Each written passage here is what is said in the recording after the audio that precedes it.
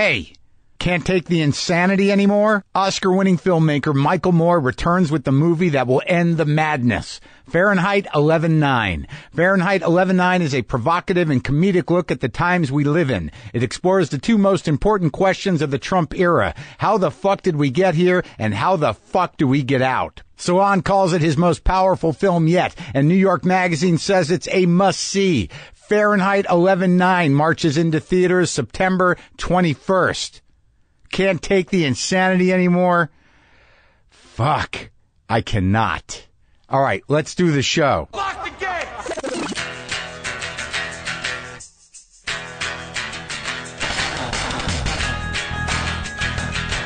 All right, let's do this. How are you, what the fuckers, what the fuck buddies, what the fucking ears, what the fuckeristas, what's happening?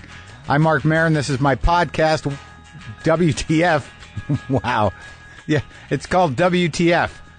That's a brain fart, brain skid, bubble in my head. Man, WTF. Yeah, I'd like to open the show in a couple ways. First, by quoting myself when I almost just spilled my iced tea on my computer keyboard. You ready? Here's what that sounded like. Oh, God! And then I caught it. Oh, God!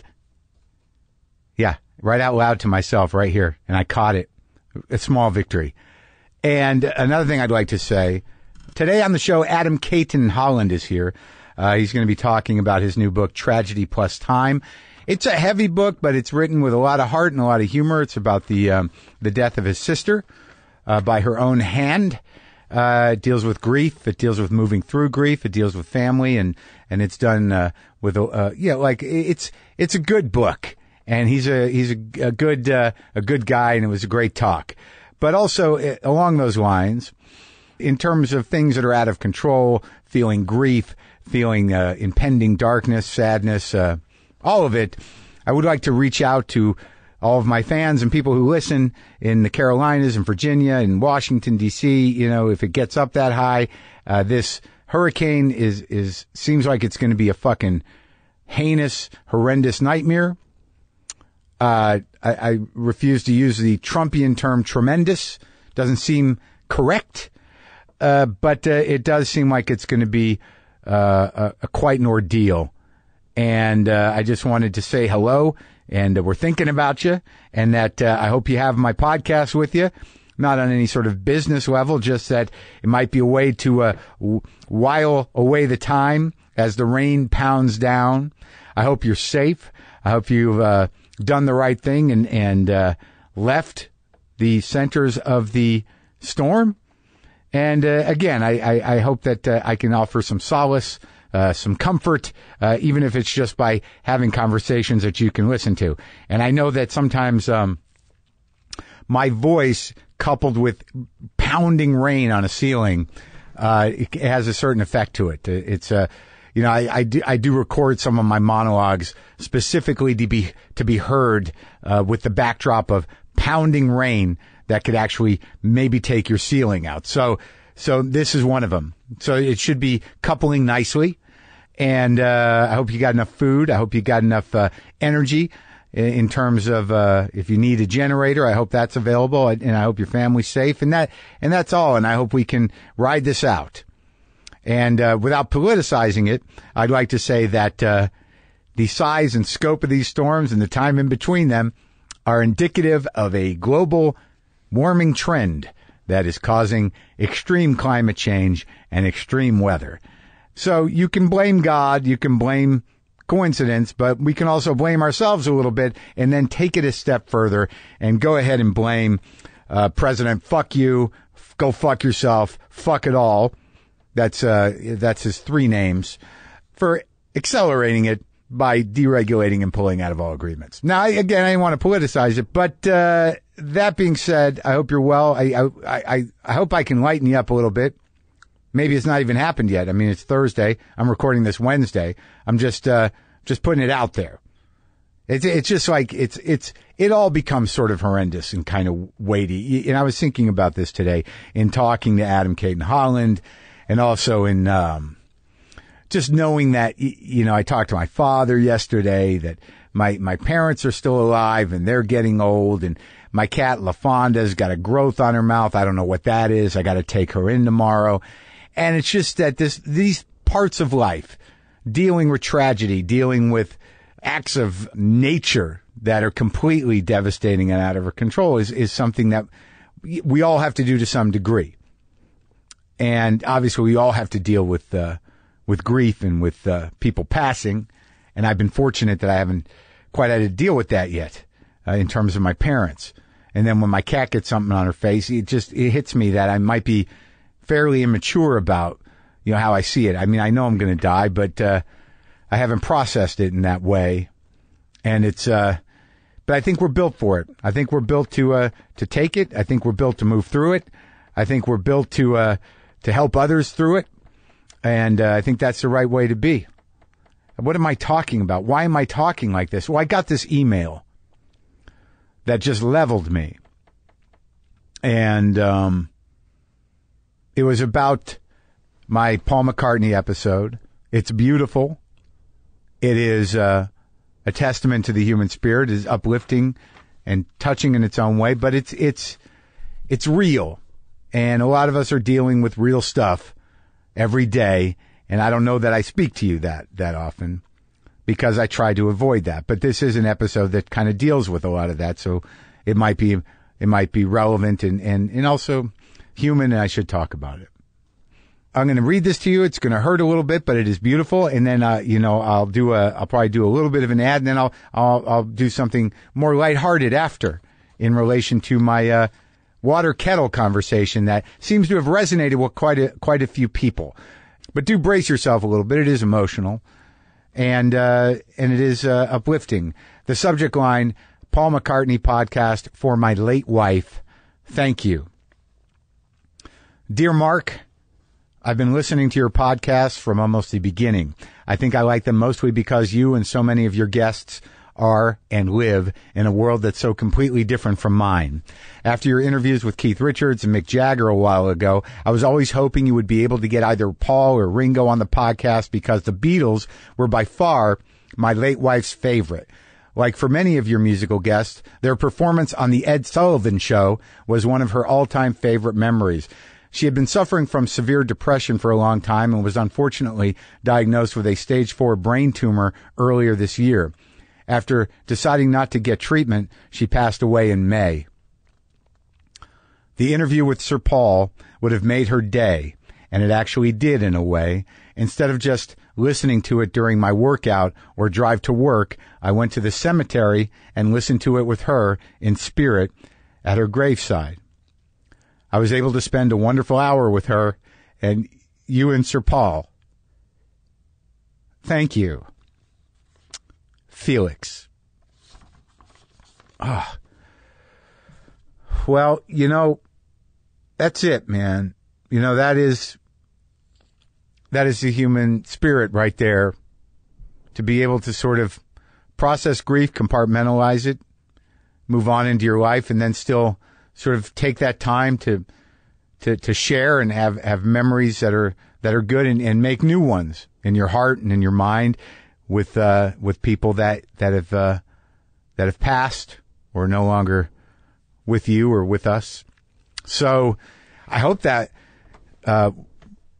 was beautiful and not too heavy. It really got me.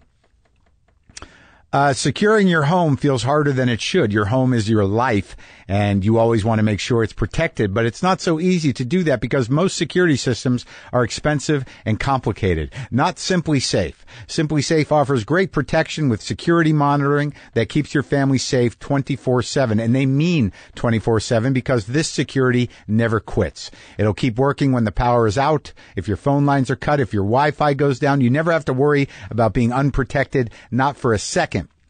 Plus, Simply Safe is designed to make coming home a breeze. You cruise through your door, press your key fob, and the alarm is off. It'll become something you don't even realize you do, like taking off your shoes or flipping on the lights. With Simply Safe, there are no contracts or hidden fees. It's just $15 a month, no BS. That's one of the reasons Simply Safe is CNET's editor's choice. And the New York Times Wirecutter column says Simply Safe is the best home security. To learn more and get yours today, go to simplysafe.com/WTF. That's simplysafe.com/WTF.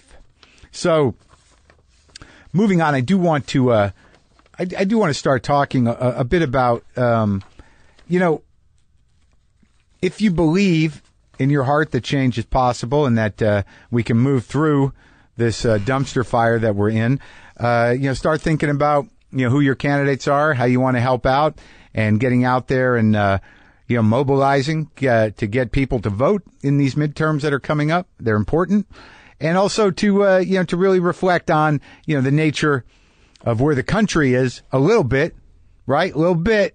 We have an administration that tortures children as a warning to families who are in desperate need for a different life, and they thought one in America was possible because the America that once was a hopeful place. We no longer live in a hopeful place on an administrative level, and it'd be nice if we got back to that. Look, I'm not a huge believer in hope in general. I do see hope as the the eternal companion of denial in some ways, but sometimes it's necessary to get through. And we got to find some, and some of that looks like it's going to manifest itself in these November elections. And all we can do is hope the voting works, but you can get out there and make it undeniable. So those numbers can't lie. So do that, would you? Not trying to be heavy-handed, just concerned. So the kettle conversation. Let's continue that. I talked to you about my ridiculous, clown-like, righteous indignation about a hotel I stayed at not having a kettle. And by the way, I heard from the woman, if you listened to the last show, the pregnant woman who was there when I came back with the kettle, and I wrote back, I'm sorry if I was a bit cranky. It was nice meeting you. I said something like that. She goes, no, you were great. It was nice talking to you. And again, that Midwestern politeness, but I think it's genuine. But I was a dick. Not really to her, but just I was vibing. I was exuding dickishness. So I'm glad that it didn't offend her. So here's what I was going to tell you about the kettle thing. I got someone on Twitter, which I do look at occasionally, but I do not tweet much. A fan suggested this travel tea kettle, which I bought. It looks like it's a little bulkier than something incredibly portable, but it does look like it'll do the thing. It's like a little 7-cup tea kettle that I will bring. I'm thinking about calling ahead now since I am fully into the ritual of tea making, because that's my thing now. That's what gets me going. But here's the downside of hotel kettles. Now, look, I can't, validate this information entirely, but I got this email, hotel kettles, -no, exclamation point in caps. Mark, you might want to reconsider your hotel tea strategy. At times, I travel a lot for business, especially to Asia, where virtually every hotel room has a device to boil water. For a couple of years, I carried an AeroPress, fantastic lightweight compact coffee maker, until I saw this. And he put a link to an article, and I will read you the headline. I will read you the clickbait, I guess, but I don't know. It's some hotel guests boil their underwear in the kettles to clean them. You're going to think twice about making yourself a cuppa at the hotel after knowing what some hotel guests do with it. Wow. Didn't need to know that. And it goes on to say that, someone tweeted to see if this is a thing, and it turns out it might be a thing. And then it talks about how it's not great, bacterially, obviously. I don't know how widespread this is, and I don't really want to give anybody any ideas, but this is the two sides of this, is that I got a warning about boiling water in what may have been just a fecal urinary soup that was in there before. And then I got the heads up to a travel device. And I'm going with the latter option. Okay? Just a heads up. I'll probably still use the kettle in the room. So Adam CAYTON-HOLLAND is a guy that I've met in Denver years ago. He middled for me once. I actually thought at the outset of this conversation that I may have had some tension with him, but we didn't. And his book is really a lovely book and a heavy book, but a great book, a human book. And it's called Tragedy Plus Time. It's available wherever you get books. You can also get his comedy album. Adam CAYTON-HOLLAND performs his signature bits on Comedy Central Records. And this was a nice conversation about a lot of things, about comedy, about loss, about just how sometimes people do fucking incomprehensible things. And some of that involves taking their own life. So this is me and Adam CAYTON-HOLLAND. Don't be afraid of it. It's a very good conversation.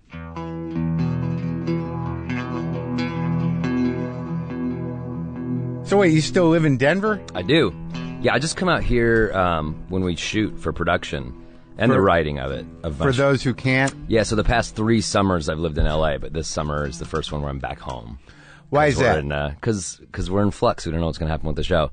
Comes out in the fall, so we'll see if we get season 4 or not. Oh, so you already shot the season 3? We shot it last summer, and we've just been sitting on it for a while. Really? Yeah, which sucks. What is it? What determines that on an outlet like True TV? According to them, it's AT&T acquiring Turner has sort of slowed the process. Oh yeah, but you don't buy it. What would you do? What would you think to that? What just sounds like the show keeps getting pushed back in my my What can you do? I mean, it's like I don't know what they.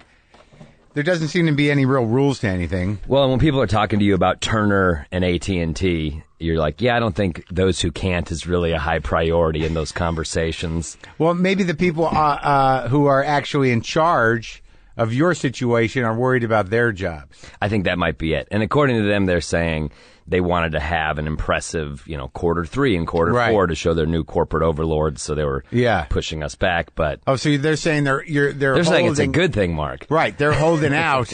Because they want to really wow the new guy. Forget about it. Nothing like a year-old comedy, just properly aged and baked. I don't think I can't remember. Do you remember when you middled for me?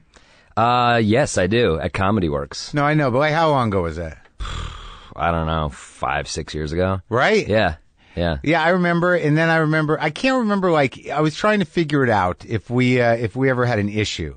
I don't think we did, but I think I know what might have sort of... I think you wrote something. Is that possible? Here's my first interaction with you. It was a nice interaction. I was a journalist, and I interviewed Hedberg. Right. And so on the anniversary of his death, I think it was a 5-year anniversary, I put out this 20-minute audio recording where I was a really green open micer and interviewing him, and he was very generous. Right. And then I didn't know you retweeted that and crashed my website because I was not ready for that traffic. Right. And so you're like, hey bud, crashed your website, might want to get that up and running. But I appreciated the retweet. It was cool.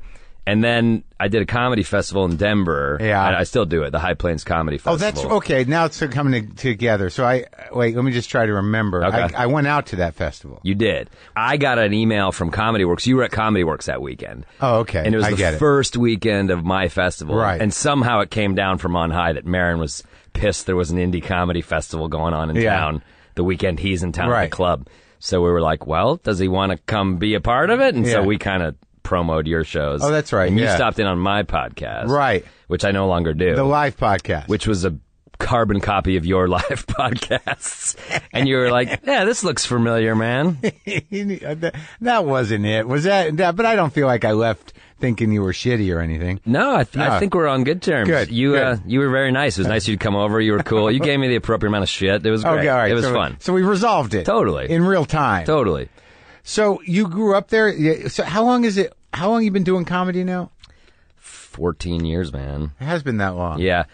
Full time since 2009. I got laid off from that journalism job. What was it? You wrote for the weekly? Yeah, the alt weekly. It's called Westward. It's the alt weekly in Denver. Why would they lay you off? You were you're a good writer. I don't know. Media's dying. Oh, no, right. It's it's a hard copy paper. And I think also there were journalists above me who were legit journalists that had kids, and long form journalism was their dream, and my editor knew I was out doing comedy every night. I wanted that more.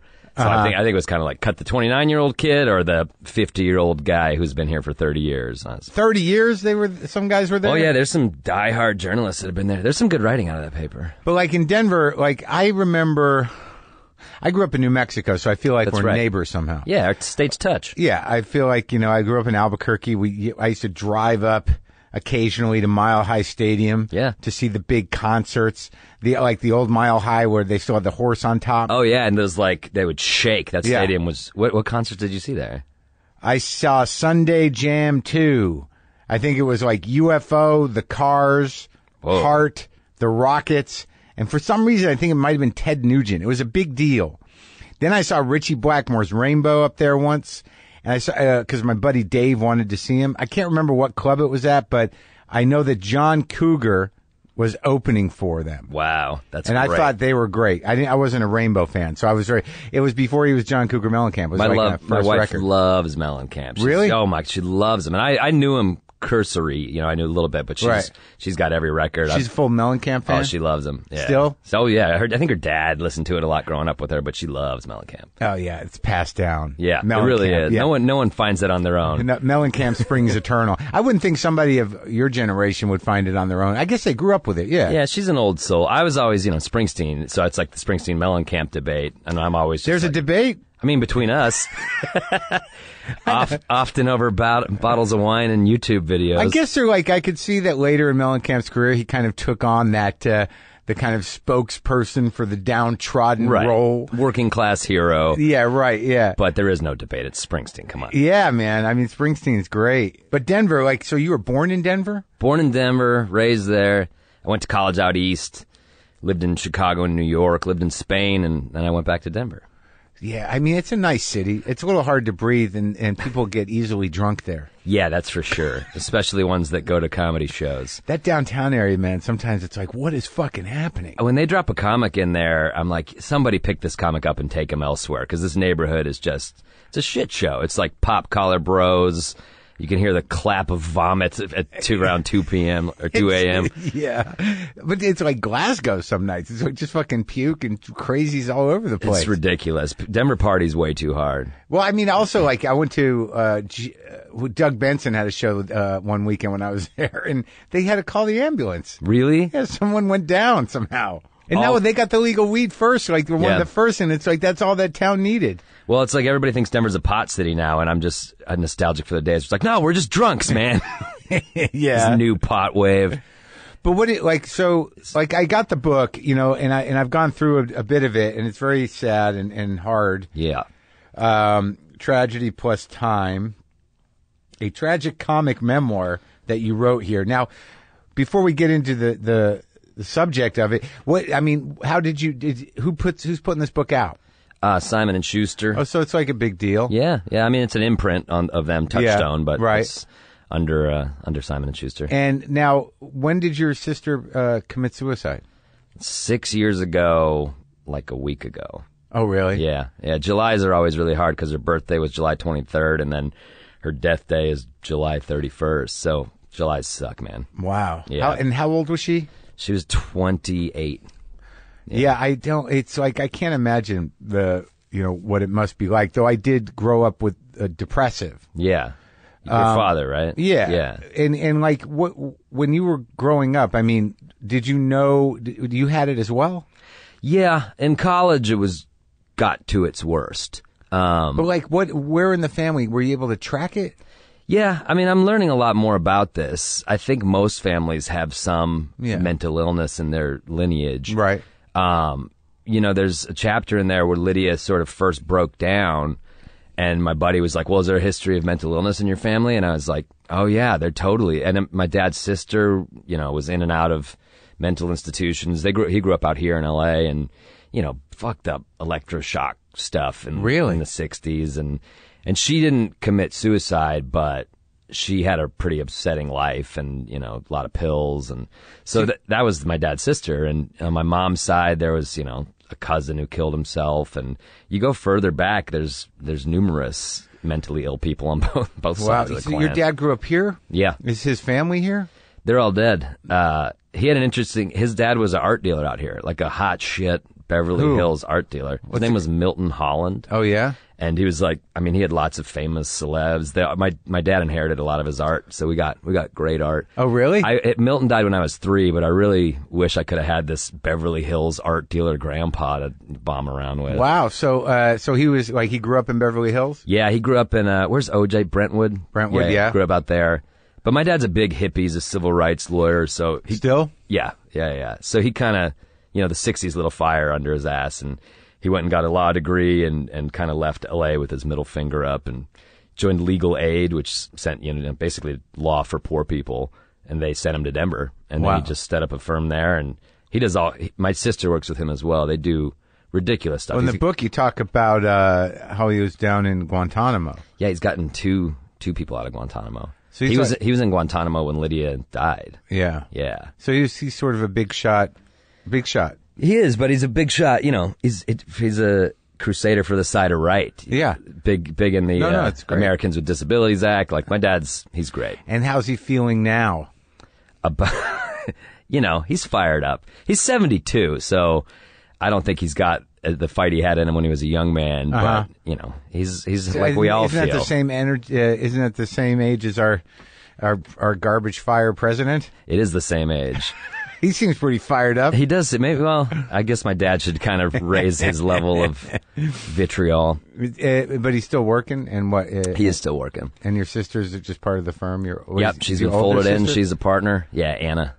So, all right, so you're growing up, and when does it start manifesting itself? In myself or in Lydia? Well, I mean, it seems like, I guess Lydia, because, it seems like if you all had it, someone must have known it, but your dad doesn't. No. Well, here's the thing, and I think you could probably relate to this. We were all dark. All 3 of us were dark kids. We have dark senses of humor. Morbid sense of humor, yeah. Morbid sense. And like any sort of smart kid, you tend to fetishize the twisted genius. We like Elliott Smith. That's true. That's true, yeah. We like Kurt Cobain, Vincent Van Gogh. Right. All my favorite artists killed themselves. Right. And you're sort of, I don't know, there's an urge to romanticize that.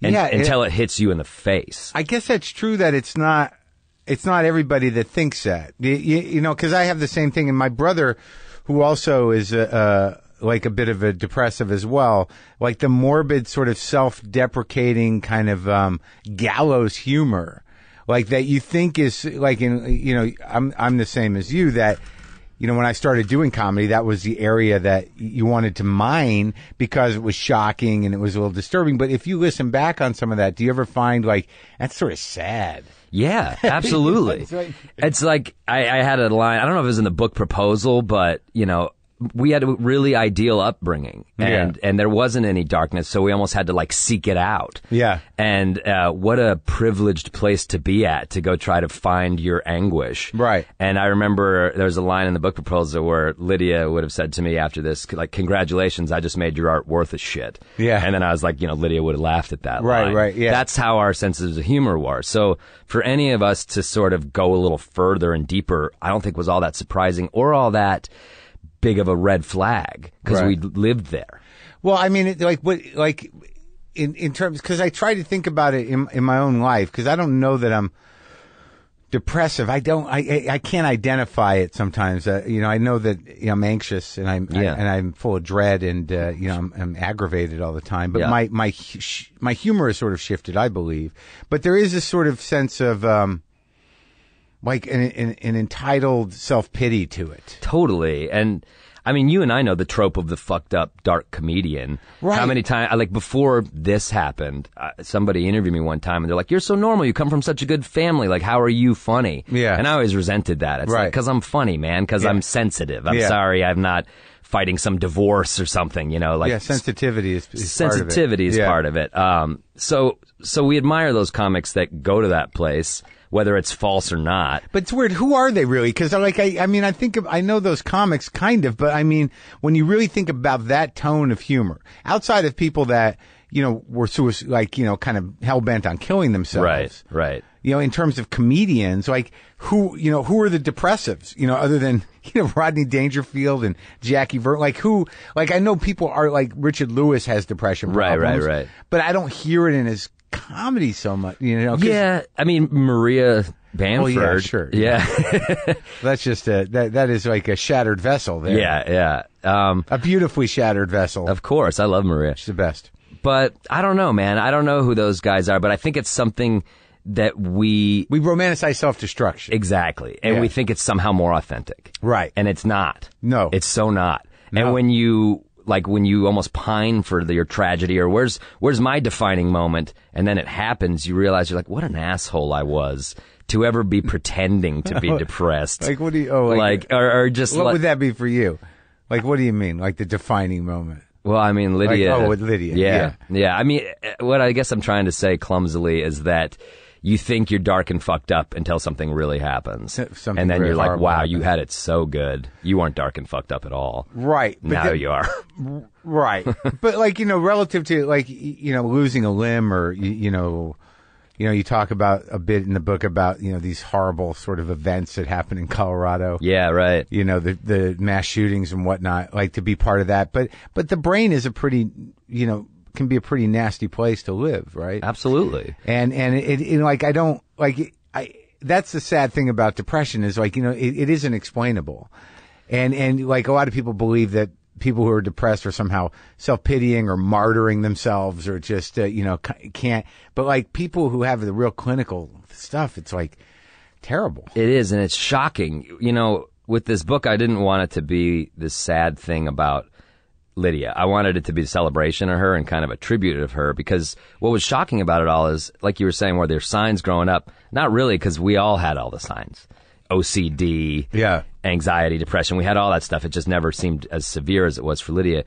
But, from 26 to 28, I watched that girl's brain just change completely. Really? And so the last 2 years, she was there all the time. It was my sister, but then there was this dark doppelganger that was like, who the fuck is this girl? Were they just carrying that weight around? Yeah, and just being flaky in ways she hadn't been before, and breaking down in ways she hadn't before. And it just came on so fast and suddenly that by the time it was all done, it was just like, what the fuck? Just like a train just blew through our family, taking one of us out. And it was horrible to watch. It was the worst thing ever, man. And there was no like substance abuse tied into it or nothing? Well, she was going from shrink to shrink and she was very smart, like truly very smart. Yeah. And I think she was outfoxing many of her shrinks. Right. And getting prescribed what she wanted. Right. And then getting that and going on to the next one. So, all sorts of anxiety medications, sleep medications. Yeah. And she overdosed twice on pills. I mean, you name it. On purpose. Well, the first one,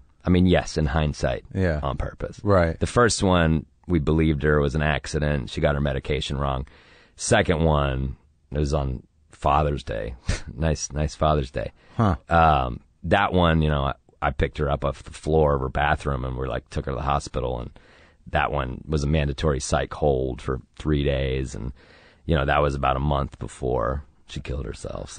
So like, what was she doing? Like, your family seems, from the parts that I read, like they awfully tight knit. Yeah, I call us in the book the magnificent CAYTON-HOLLANDs, and somebody else said that about us, but I think there's always been a sort of Royal Tenenbaum-esque quality to my family. And What's your mom do? She was a journalist. She was an investigative journalist for years. Huh. That's how she met my dad, writing about one of his cases. Uh-huh.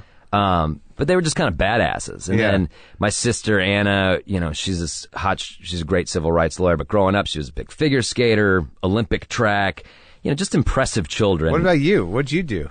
Come on. Found my way to dick jokes. No, but like when you were growing up, what was your trip? I was pretty, I played soccer and baseball, but I was big into comic books. I wanted to draw comics. Oh, you are? Yeah, but not like cool Which Avengers, like, Calvin and Hobbes. That was my. Oh, really? That was my jam. Kind of want to do a daily strip kind of deal? 100. And I would read every manner of garbage comic. I liked Archie. It didn't matter. Like Sunday paper, I'd read every single comic. I wanted to do that. Did you draw? Yeah, I drew really well until about like 7th grade when my abilities just stopped there. And I was like always one of the best in the class. And then something about 8th grade, everybody turned a corner that I didn't turn. Really? You couldn't. I put the pen down. Perspective. No. Something. Yeah, exactly. When people started doing this 3D stuff, I was like, I'm out. I don't understand this at all. That's a box that looks like a box. How do you do that? Keep me in like the Flemish era. I can do 2D. Yeah, medieval. Right. So, all right. So 7th grade, you give up your career as a comic book artist. It's a big loss. And then what was the interest? I mean, I started in high school writing, and like humor writing. I remember picking up an Onion, like it was a religious experience. Right. They were in Madison, and one of the first places they distributed outside of Madison was Boulder. Yeah. So Colorado kids got it a little earlier. Oh, yeah. And I was on the newspaper staff, and I was like, I remember the first article I ever saw was like, Christ returns to the NBA, and it's just Jesus dunking. And my brain did somersaults. I was like, you can do this? And so from then on out, that high school newspaper was just our little Onion copycat. Yeah. Like, we went nuts. And then in college, I did the same thing, like wrote a humor paper. And Where'd you go to college? Wesleyan. Oh, yeah, in Connecticut. Boston? Connecticut? Yeah. I was classmates with Lin-Manuel Miranda. Yeah? So I'll never be the most famous alum from Wesleyan University. No, you got a ways to go. Yeah, I got a ways to go. Yeah. This is a good start. Sure. Yeah, I've talked to him. He's a great guy. He's a cool guy. I knew him, but I knew him, and everyone knew he was very impressive. Are you the same age? Yeah, same class. Oh. But he was also like the theater rapper kid. Yeah. Which couldn't have been farther from where I was at. So I respected what he did, but I was like, our circles didn't interact. What were you doing? Drinking and vandalizing. I almost got expelled from Wesleyan. That's when I was depressed, man. Yeah. That's when I was most depressed. But do you feel like when it was different as you're heading out of high school, and were you a comedy fan in high school? I was, but I'm not your typical. I was more like comedy movies. Not a stand-up guy. Not a stand-up. I never watched stand-up growing up. Never. Huh. I mean, as far as I was concerned, the only stand-up I knew was like Uncle Joey on Full House. I was like, he did stand-up, right? On Star Search? Yeah. I didn't really worship at the altar of comics. But you like The Simpsons? I loved The Simpsons. So you're a full-on animated guy. Yeah, I was a comedy nerd. I was just...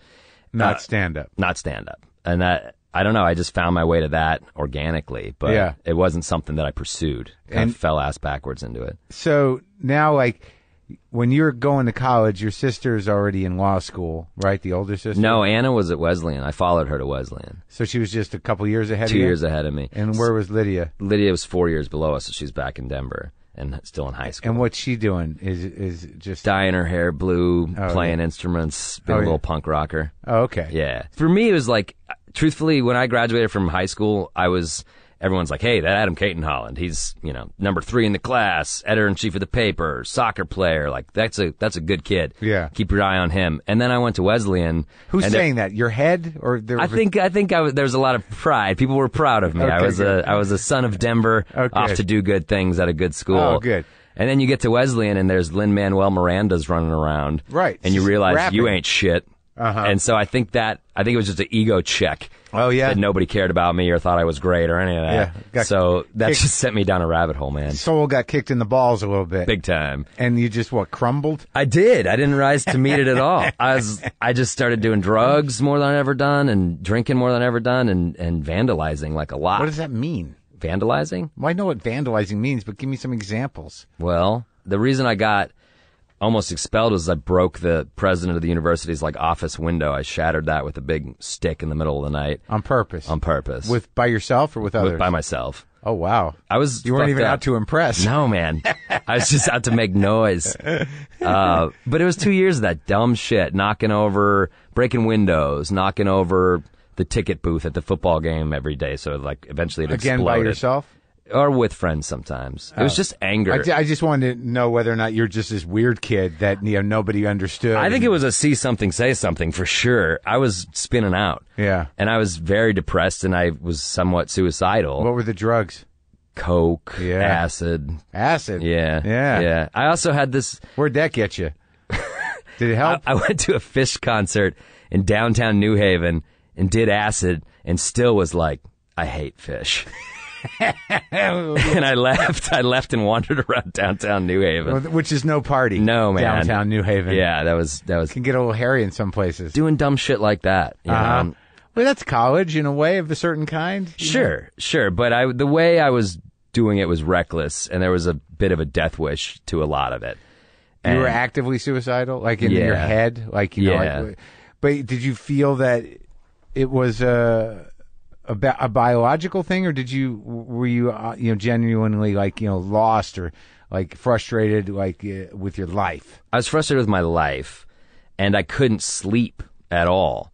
So I would wake up in the middle of the night and like walk around the campus like a ghost, and it was just sad. It was a dark spot, man, and I couldn't really see a way to pull myself out of it. Were you writing? I was writing like garbage poetry and shit. Yeah, I mean, truly trash, wannabe beatnik, awful shit. Well, that's what what the college thing to do, right? Sure, of course. Yeah. I mean, that's what we do. I mean, I got some poems out there. I would love to read those poems. I don't know if I've made them available or not. I edited the literary journal one year, and I was in it another year, but I found that I was doing those same things. It sounds like you were doing that. There, just so I can stay connected to you here, but for me it was like who am I? Mm-hmm. Do you know what I mean? Like I didn't really define myself in high school with athletics or anything. Right. So it was sort of like I got it. Like I did theater in high school. I wrote for the paper, right. or not in high school, in college. I did drugs, and I romanticized all those people. Sure. And and I don't. I think that's sort of okay. I think it's very okay. For me, it took almost getting expelled. For which one? For the breaking of the president's window was a culmination. How'd they catch you? In the act. Oh. I thought you did it at night. I did, but there's public safety officers out there, and I remember literally the glass was like raining down on me. It cut my face all up. And was this a political action? Not really, man. It was just me breaking shit. Uh-huh. I kind of knew it was the president's window, and I was like, that'll piss them off. Yeah. Who's them? I don't know. The people that are educating me. Yeah. Those assholes. Those assholes. I should have gotten into Yale, goddammit. Trying to educate you. They're going to pay. I got caught in the act, and then they kicked me off campus immediately, and I had to go. My older sister was there at the time, so she kind of showed her lawyer feathers. She accompanied me to every meeting. She helped me get out of that situation. She was an undergrad still? Yeah, she was a senior. I was a sophomore. And now, but she never once said, like, Jesus, what the fuck? Oh, big time. She said, what the fuck? I remember vividly there was this, every year there was a spring fling, the big concert on campus. I think Dead Prez was playing her senior spring fling.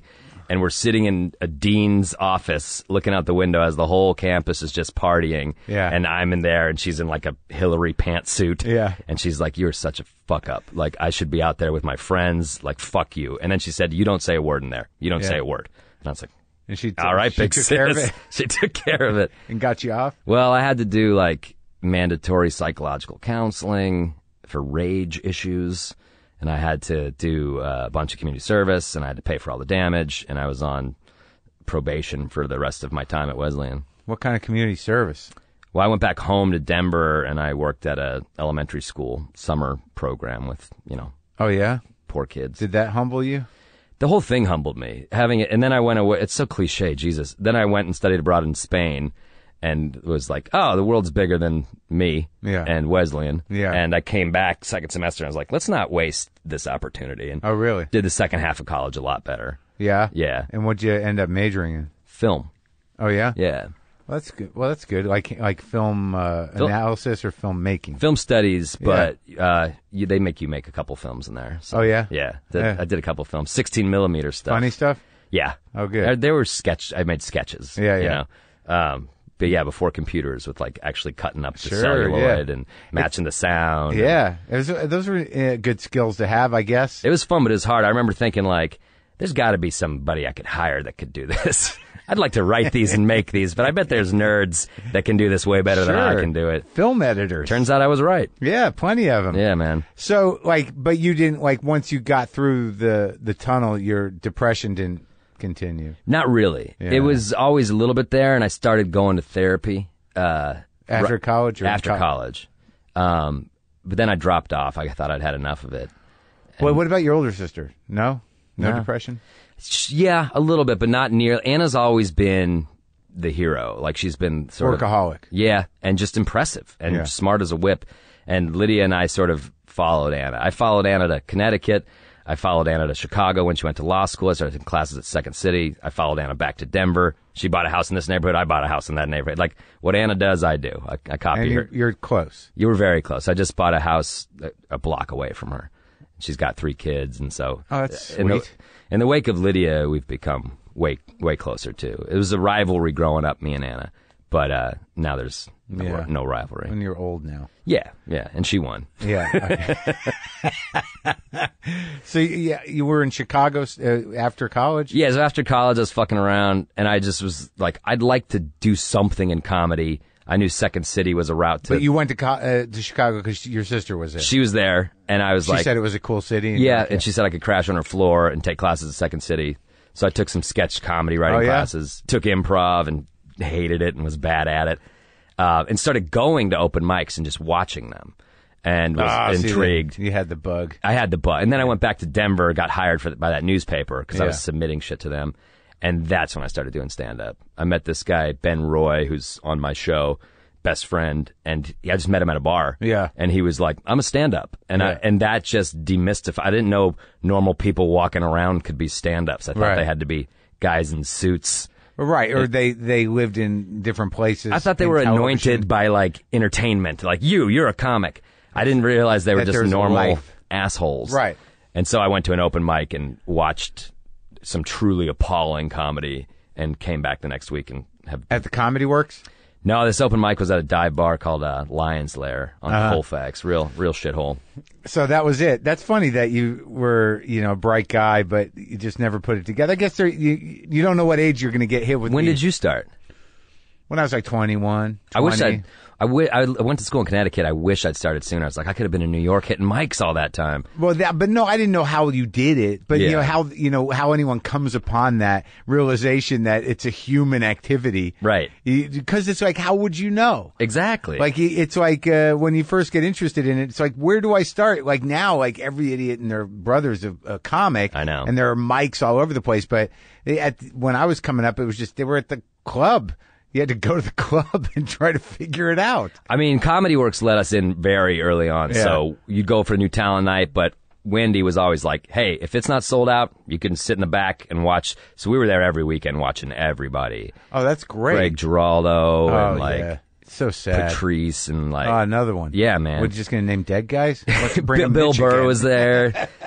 I just remember those guys. Chappelle liked Comedy Works a lot. So we'd just be in the back watching those dudes. I feel like that doesn't happen much anymore. Comics are like, I got to get a podcast. I got to get this. I got to get that. It's like, no, go to the fucking club and watch, guys. I don't know. I think it does. Yeah. Especially in the smaller cities. Yeah. I was just in Salt Lake City. They come out. Wise guys? Yeah. Yeah. The comics come out, and then the guys who live at the fucking store. Yeah. They watch everybody. That's true. When I really think back about my life and how many hours I've spent looking at people in front of brick walls talking about themselves, it's kind of amazing. It's appalling, isn't it? No, it's our life. It's just, it kind of is what it is. Like, it's so, there's almost like, for me sometimes, like, I'll go into the original room or something and just sit there, and it's very calming to me. Like, I know exactly what's going on here. It's not like I'm not expecting to laugh or anything, but it's sort of like, this is the temple that I came up in. This is my church. Yeah. Is there anyone, I'm just curious, that that you still go watch, and you're like, I'd like to see what this guy's hour is like? I've always liked to see, Maria work when I can. I mean, I don't find myself having a lot of time to do much of anything. Right. But I'll watch people at the store for a minute. Like, if Burr's up there trying to figure something out, that's always uncomfortable for a few minutes. Yeah. No, I like that though. It's like we're always fans. Yeah. You know? Oh, yeah, of course. Yeah, I used to like watching Al Madrigal a lot, but I haven't seen him in a long time. He just stopped coming to the store. I always like watching people I've known forever. Todd Barry, I could watch. It's great. I feel lucky that like the guys that I looked up to are now my friends. People are like, who are your favorite guys? And I'm like, my friends. Yeah. And that's a nice place to be at. Yeah, Patton, is a guy that, you looked up to and then became friends with. He's started coming to the store a little bit. Like, I'm a store guy, so I don't go anywhere else. The store is such a weird concept for someone who doesn't live in L.A.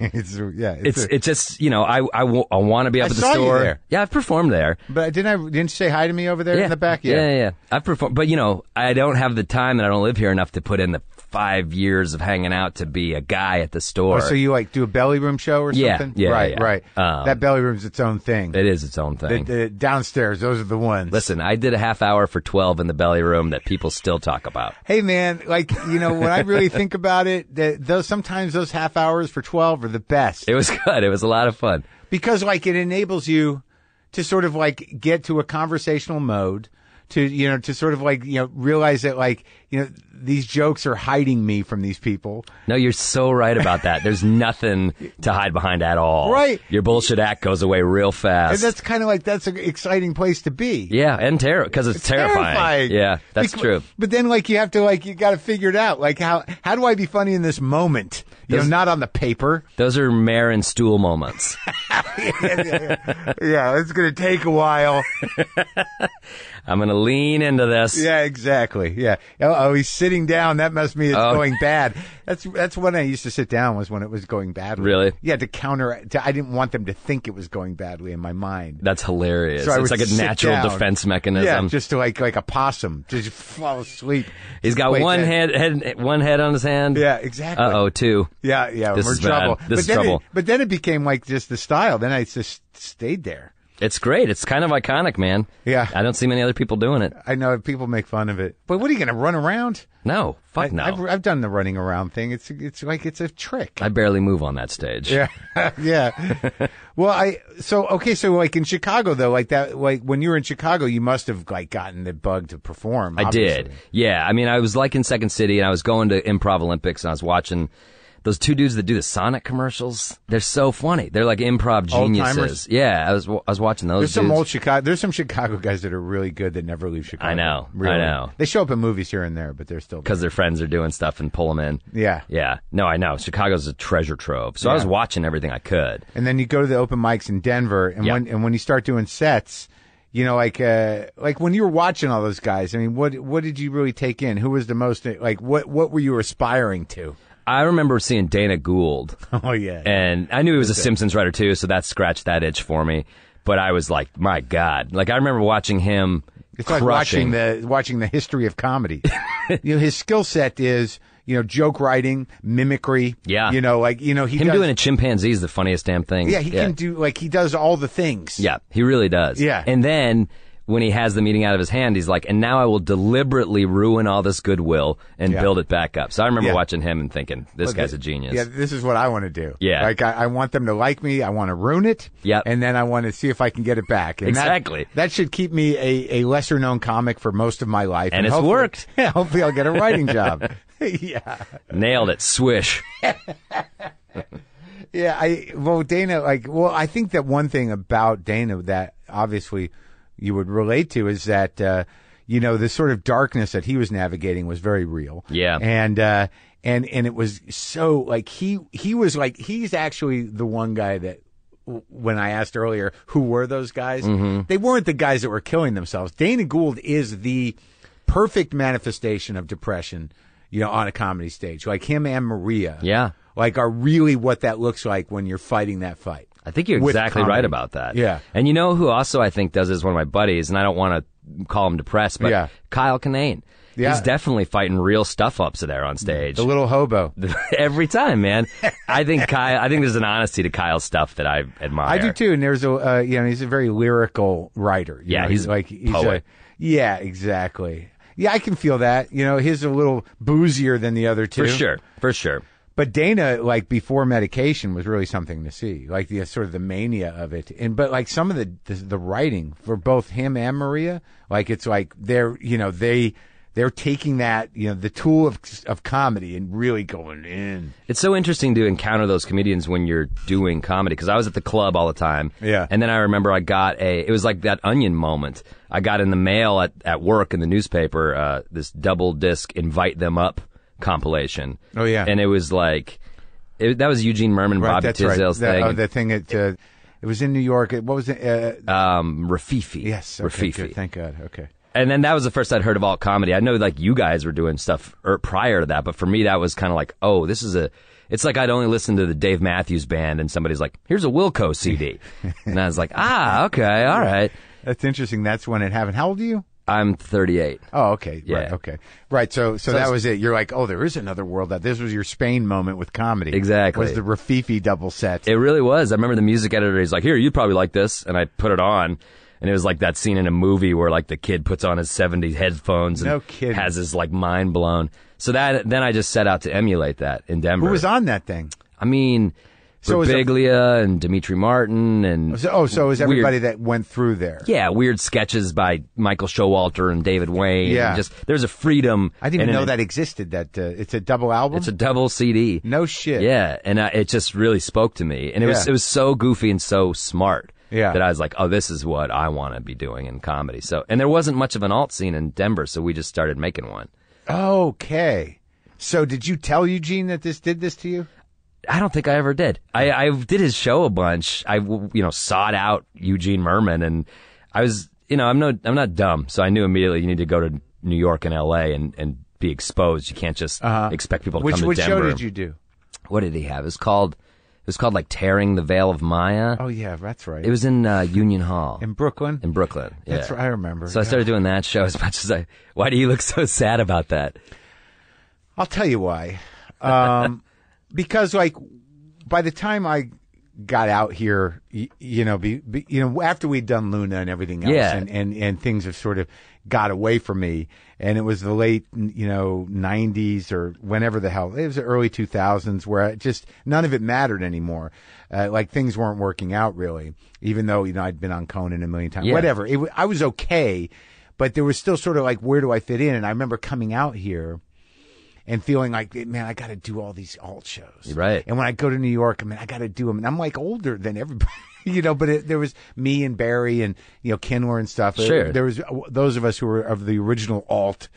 But, right. Wouldn't you guys be the originators of that? I mean, that Luna show, I learned about this after the fact, but that was sort of the origin of all this stuff. Well, Luna was, and there was some guys out here. Dana, there was the Uncabaret out here, which is sort of back. And then there was another one that they used to do at a bookstore out here around the same time, with Kathy Griffin, Dana Gould, Beth Lapidus, and there was those venues starting Largo, the original Largo, right?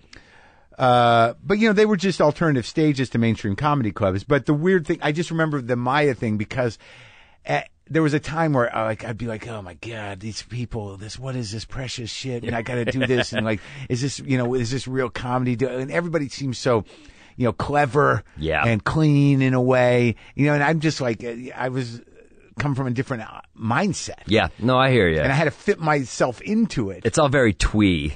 Right, and it always was, and I never saw myself like that, so I was always at odds with those audiences. Now I don't do any of them. the big graduation for me, when I come to LA, I got to go to Meltdown. I got to figure out this shit. Right. It's like I'm going on to the store, but I guess I got to do this thing. Like I realized recently, it's like, no, I don't ever go to those places anymore. Well, I'm very glad, and I think most comics should have exactly what you do. And what I did is like, I'm also at the club every weekend, making sure there's punchlines in this shit. Sure. So there's the work ethic of being a club comic. And you're playing for real, like, audiences. Yeah, Bud Light chugging dudes. Yeah, they're around, but, like, I don't love performing for them anymore. I know. But you got to. I mean, isn't the goal just get to theaters so it's, like, your people coming out? That is the goal. Right.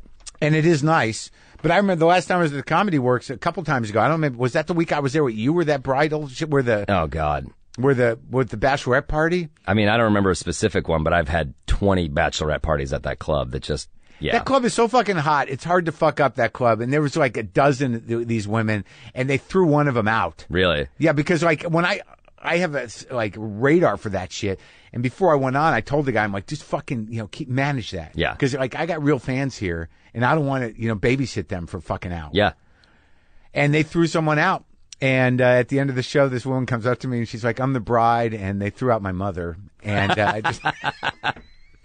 Oh, that's great. She was so excited about the story, I think. Can I tell you my bachelorette story real quick? Yeah, it was that Comedy Works. Take your time. It was, they weren't policing them, man. And I was just shutting them down cleverly time and time again, getting back into my act, but like having to go back and say something to shut them up 10 times. And I was like, why are they not kicking them out? I don't know if they were just asleep on the job.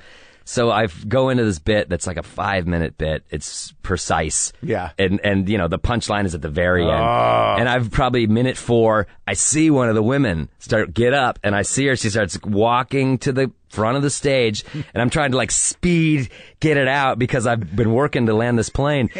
And like, I'm about to get out the punchline, and she just hands me a note, like stepping on it perfectly. She just hands me a note right at the front of the stage. So I open the note, and it says, "Fuck you." And so I snapped. I was like, "You're gone. Get out. All you are gone." 86th. You did it? It was the worst. Oh my God. Had you been fucking with them all night? Did you earn that fuck you? No, they just didn't like me because I kept telling them not to talk. Oh, right. Yeah. Anyway, comedy, buddy. Yeah, it's great, man. That's a good one. There's a one like I wish I'd kept that note. I should have framed that. I used to have one. I had a note somewhere that was like it was one of those comment cards. Oh yeah. That basically just said the other 2 acts were great, but get rid of Marc Maron. He's not funny at all. Yeah. I love that. That's the thing about having your foot in the real clubs and having the other foot in the other place. Like I came up in real clubs. You've worked real clubs.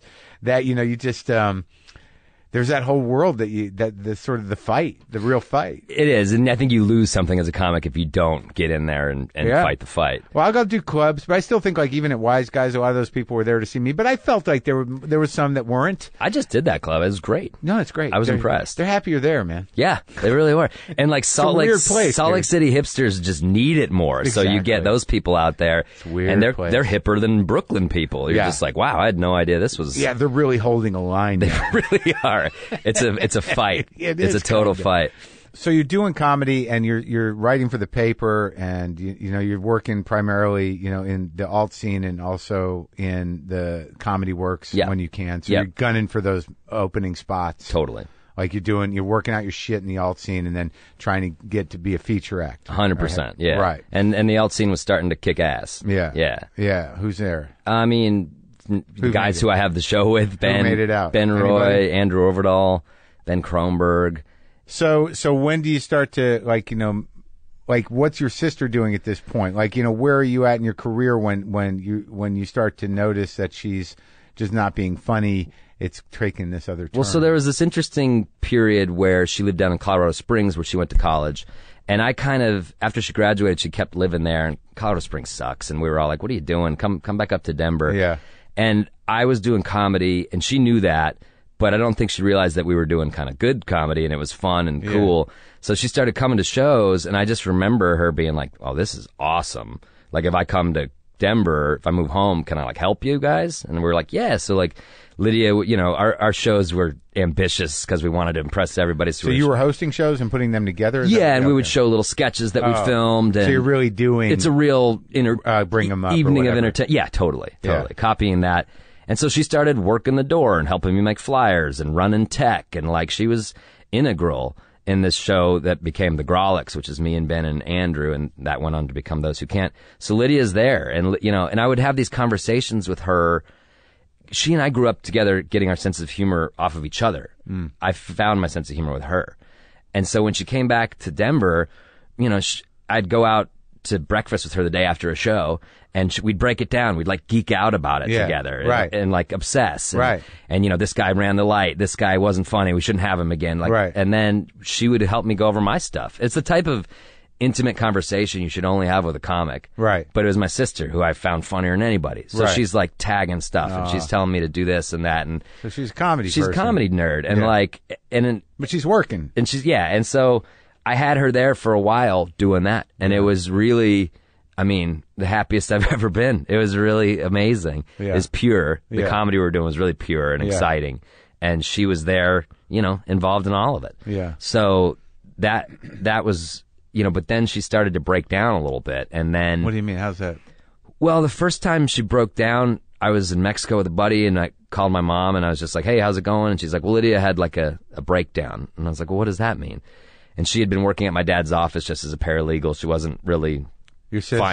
She wasn't finding a career track, So she had a little lost? Yes, big time. And, bouncing from working at an animal shelter to a restaurant to... But, we're this pretentious, educated family, so we're like, Lydia, you like animals. Why don't you go to vet school? You know what I mean? It was that type of thing. An aimless 20-something that you're kind of like pushing in these directions.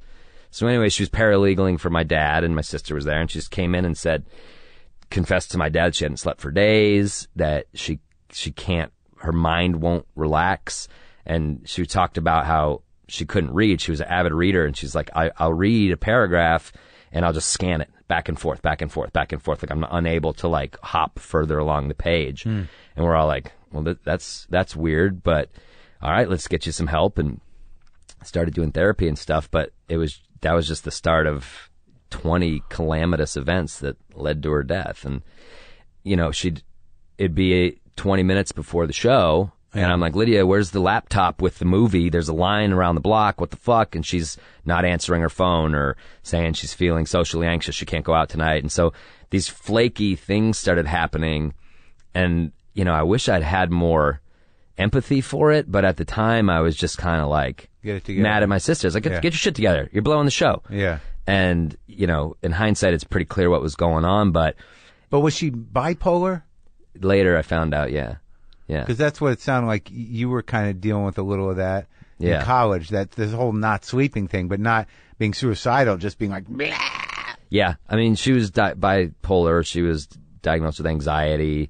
She had a lot of issues. So she's forgetting things. She's flaking out. Yeah. And she's not sleeping. And she's getting darker, you know, in a way that wasn't as the same way we'd been doing it our whole lives. Were there ups and downs? Yeah, yeah.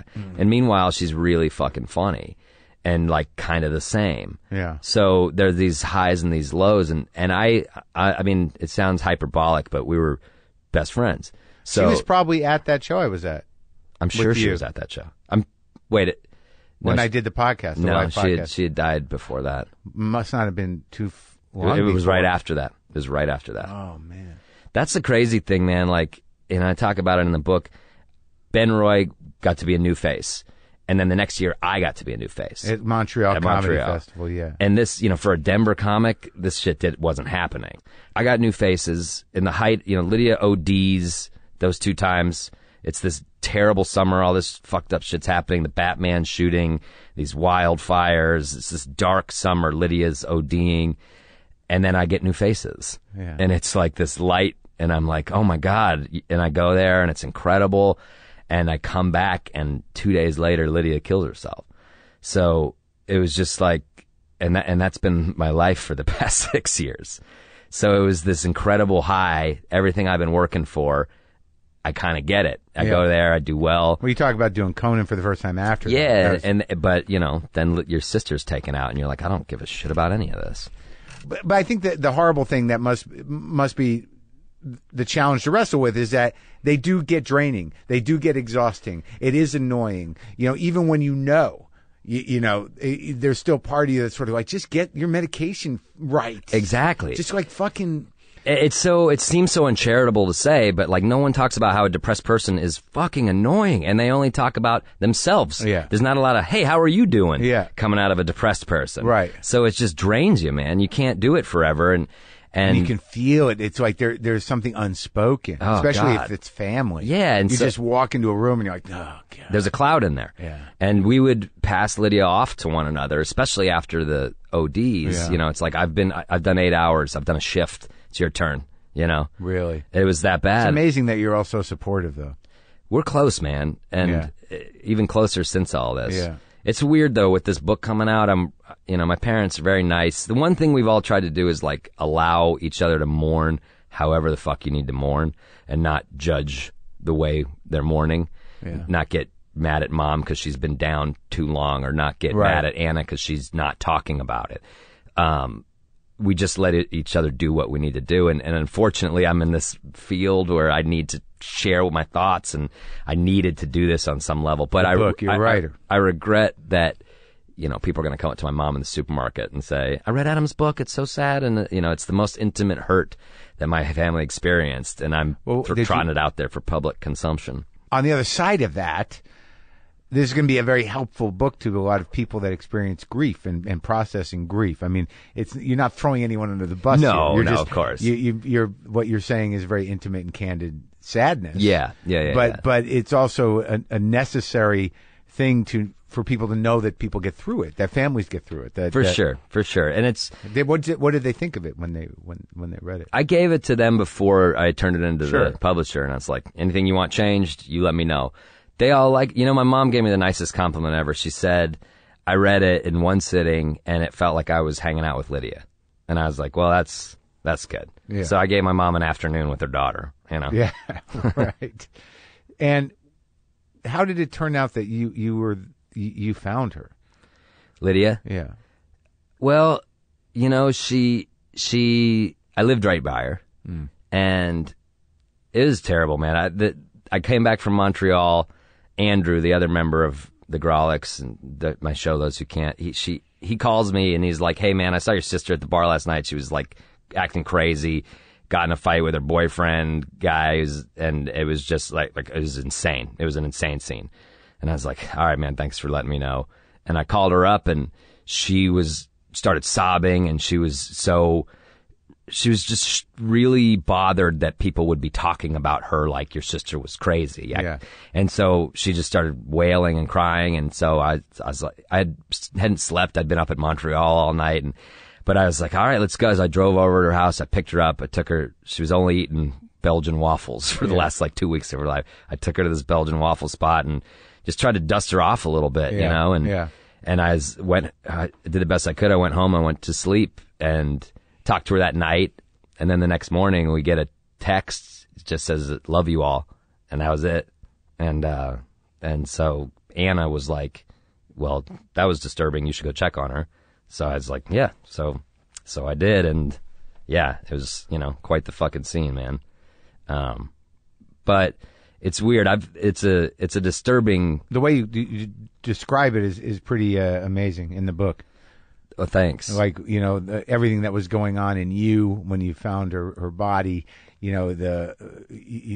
coming, that idea that you hear that you leave your body, but you didn't. Right. But then eventually you sort of did. Yeah, exactly. I thought it was really beautifully written, that part. It's a rough thing. And then thanks, man. And then, how you described your mom's reaction when she came and all of that. Yeah. It was just fucking awful. But in a weird way, I get in, that memory was real bad for me, obviously. And it was like, I started having flashbacks and nightmares and stuff, and I had to do this kind of aggressive PTSD therapy to process it. The EMDR. It worked? Yeah, it worked like gangbusters. No kidding. That's great. I'm a big believer in that shit. Yeah, I've done a little bit of it. Have you really? Yeah. Did it work for you?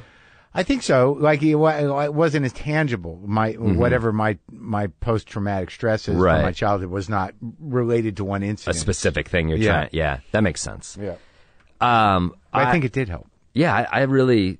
I went to a couple therapists before I found that EMDR, and they were all so pitying, and they were all just like, "Oh my God," and just sitting it, and and just being over empathizing, like trying to show me how much they felt my pain, and I just resented it. And then I went to the EMDR woman, and she was like, I deal with people who've been sexually abused. I deal with literally African children of war. Yours is a very sad thing, but let's just get to solving it, buddy. How many sessions? I can't remember. 8, 9, 10. At some point, I just kind of was done with it. Huh. And I was just, you go in there and you put these electronic pulsers in your hand, and they tick-tock back and forth, simulating REM, which is when our brain best process memories. And then you just go through it. And so and it was amazing because the memory would get more vivid, and I would remember more things. Uh-huh. And she would make me go through it again and again and again. How long after the event did you do it? Probably 6 months afterwards. There was a bad 6 months before that.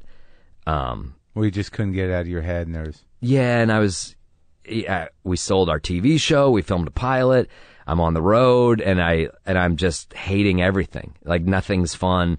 I broke up with my girlfriend, who's now my wife, because I remember telling her, I was like, I can't be happy. I can't be hopeful. And this was all because of Lydia? Yeah. I just wanted to I wanted to throw in the towel.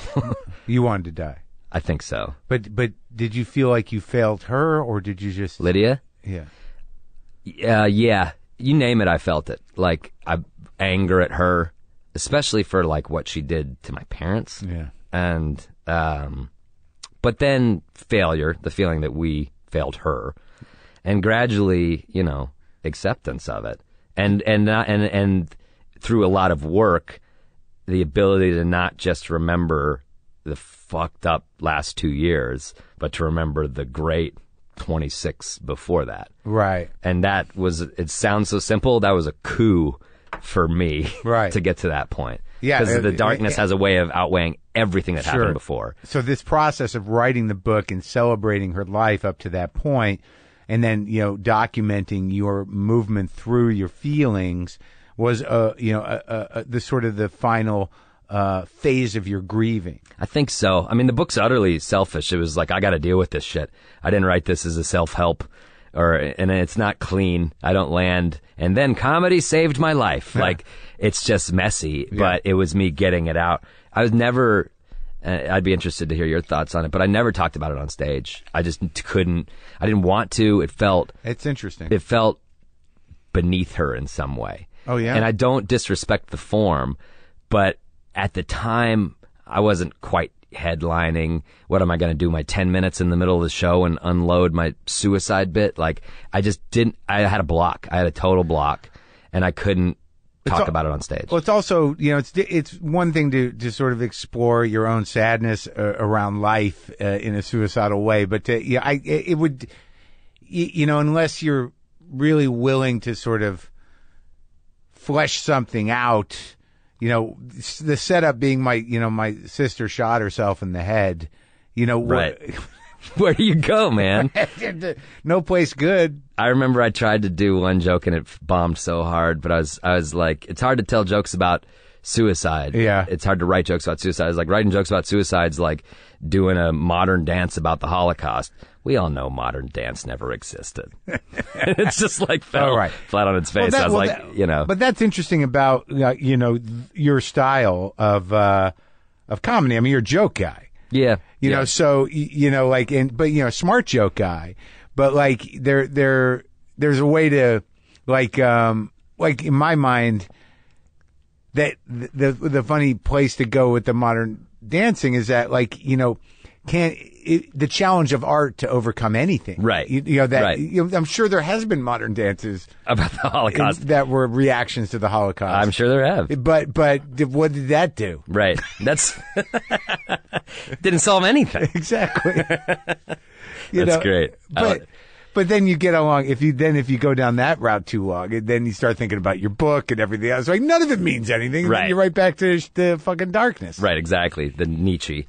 Yeah. I don't know why. Lately, I've been talking about it a little bit on stage. But it's clumsy, and it's like almost a PSA I do at the end of the show to sort of like talk about mental illness, and if you're needing help, like reach out, and it's cool. But I have a few jokes in there, but it's not this well-crafted anything, but it is an acknowledgement. But I think what's interesting in the book is like using bits and pieces of her texts and, you know, like getting, you know, how you set up this personality is that, you know, I think the way to really deal with it on stage is in the same way you dealt with it in the book, is celebrate, you know, her, you know, and then, you know, knowing, you know, finding the things she would appreciate you talking about if she were watching you now. You're totally right about that. And that would be the 100% the way to go. It's a bummer in a lot of ways, but she would be so blown away by all the shit that's happening because she was a comedy nerd. Sure. Right, I got a TV show. What? Right. Are you kidding me? Like, she would have been in that writer's room and loving life. Yeah. So, you know, to think about the things that she was watching me do is a good way to think about it. That makes me happy to think about it. Oh, good. Yeah, and also, like, I imagine that on some level, well, maybe because it was so weird that it just happened, like her brain shifted in just this 2-year window, but on some level, were you half expecting it? No. And Really? Isn't that weird? Because I look back at it and I'm like, how the fuck did we not see this? Two overdoses. She's complaining all the time. She's never saying she wants to kill herself, but she's saying she wants to sleep through the day, all day, every day. Right. She's just trying to be asleep. Right. You know, which is that's dead. Yeah. But I never, and that was really what really was the hard thing. It was a betrayal, and I never thought she would do that. And I thought if she was really there, that we were close enough that she would tell me. Right. And so that, like, hurt, because I could have been like, I can help you. Yeah. Or try anyway. So that took a lot. I'm no longer mad about that. But at the time, I was like, you lied to me. You lied right to my face. Sure. Repeatedly. Yeah. I asked you, are you going to kill yourself? No, I'm just sad. Okay. All right. You just straight lied to me. Yeah. And so that's a rough one for somebody who's like, you're that close with, you know. But now, so the family's gotten tighter and everyone's sort of in touch and processed most of it. I mean, you know, it's hard. It's never, I feel real bad for my mom and dad. Yeah. And I feel bad for all of us, but we're all at a better spot. Like I was telling you, July sucks. Yeah. And something about this July was a little easier. I don't know if it's 6 years. I don't know what it was. Yeah. But it's almost like I had to choose to go get sad on those days. Yeah. And I did. but it didn't just hit me like a wave that morning, like, fuck, today was the day. Well, it's nice when sadness is a choice. Yeah, right? And not a way of life. Exactly. It's like the angst I was talking about as a young man, that I could choose to go find that angst. Sure. Yeah. Sometimes it's good to have to check in with your feelings. Now, do you have kids now, or? No, my wife's pregnant. Oh, congratulations. Thanks, man. We're due in November. Oh, well, great. Yeah. Well, you know, great job on the book, and I'm glad you seem well, and I hope the TV show comes back, and you seem pretty good. Thanks, man. I appreciate that, and thanks for having me on. Like, this has been great. Good talking to you. You too.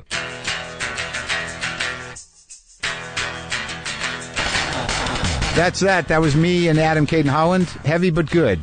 Tragedy Plus Time. The memoir is available wherever you get books, and you can get his comedy album. Adam CAYTON-HOLLAND performs his signature bits on Comedy Central Records. You can also go to WTFpod.com to get tour dates, to buy one of the new T-shirts, and also to sign up for the WTF Premium Access.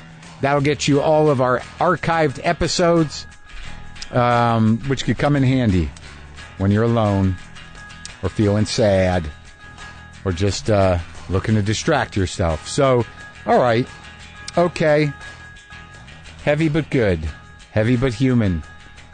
I'm going to play a little bit of guitar. I've been listening to a lot of Lightning Hopkins lately.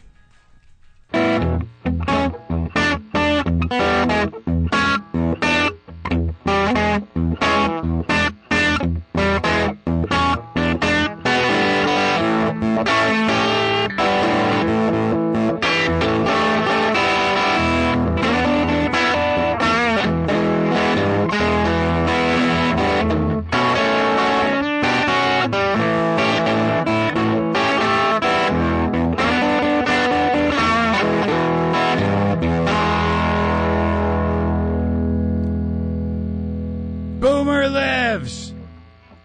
It's a little sloppy because I'm trying to do the two-finger thing.